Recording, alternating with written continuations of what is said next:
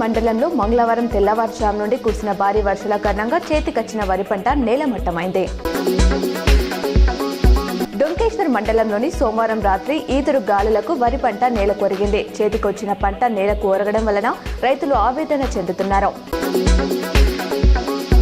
గ్రామ పంచాయతీల అభివృద్ధి కోసం కేంద్ర ప్రభుత్వం తొలి విడతగా 247.94 కోట్ల నిర్దిష్ట నిబంధనలు లేని నిధులను విడుదల చేసింది. వీటిని గ్రామాల్లో పారిశుద్ధ్యం, తాగునీటి సరఫరా, మురుగునీటి శుద్ధి, వర్షపు నీటి సంరక్షణ వంటి పనుల కోసం వాడుకోవచ్చు. హైదరాబాద్ బులియన్ మార్కెట్లో బంగారం ధర మరోసారి పెరిగింది. 24 క్యారెట్ల 10 గ్రాముల పసిడి ధర 1030 పెరిగి 1,49,290గా ఉంది. 22 క్యారెట్ల 10 గ్రాముల గోల్డ్ రేటు రూపాయలు 950 ఎగబాకి 1,36,850 పలుకుతుంది. ఇక వెండి ధర కేజీ రూపాయలు 5,000 తగ్గి 2,50,000కు చేరింది.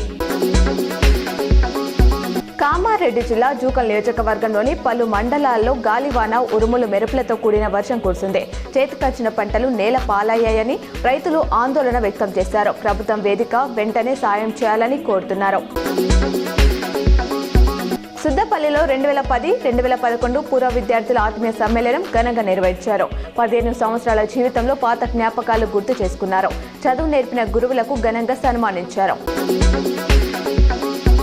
ఎడపల్లి మండలంలో మంగళవారం తెల్లవారుజాము నుండి కురిసిన భారీ వర్షాల కారణంగా చేతికొచ్చిన వరి పంట నేలమట్టమైంది.